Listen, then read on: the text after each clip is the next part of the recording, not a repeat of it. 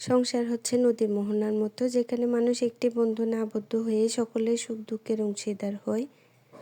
আসসালামু আলাইকুম, কেমন আছেন সবাই? নতুন একটি ডেইলি ব্লগ নিয়ে হাজির হলাম। আশা করি ধৈর্য সহকারে আমার ভিডিওটি দেখবেন।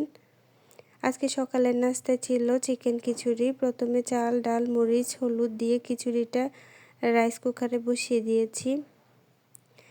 এরপরে পেঁয়াজ, আদা, রসুন, জিরার গুঁড়া, হলুদের গুঁড়া, তারপর টমেটো কুচি দিয়ে চিকেনটা হাত দিয়ে মেখে চুলায় কিছুক্ষণ কষিয়ে নেব। আপনারা যারা আমার ভিডিও দেখছেন সকলকে অসংখ্য ধন্যবাদ। আমার ভিডিও যদি আপনাদের একটু ভালো লেগে থাকে প্লিজ একটা লাইক দিয়ে দিবেন। আপনাদের একটা লাইক আমাকে অনেকের কাছে পৌঁছে দিতে সাহায্য করবে।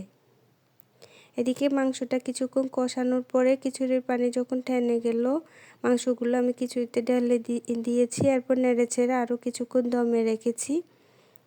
খিচুড়ি হয়ে গেলে আমি খিচুড়িতে ঘি আর ধনেপাতা দিয়ে দিয়েছিলাম।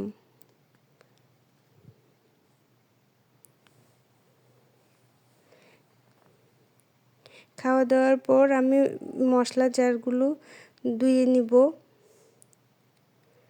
অনেক দিন ধরে ধুবো করতেছি কিন্তু ধোয়া হয় না, তো অনেক বেশি আঠালো হয়ে গিয়েছিল, তাই আমি মশলা জারগুলো ধুয়ে নিয়েছি। আমার তো ইচ্ছে করে সব কিছু সবসময় ধুয়ে থাকি, কিন্তু সময়ের জন্য হয় না, তো আজকে শুধু জারগুলো ধুয়ে নিলাম।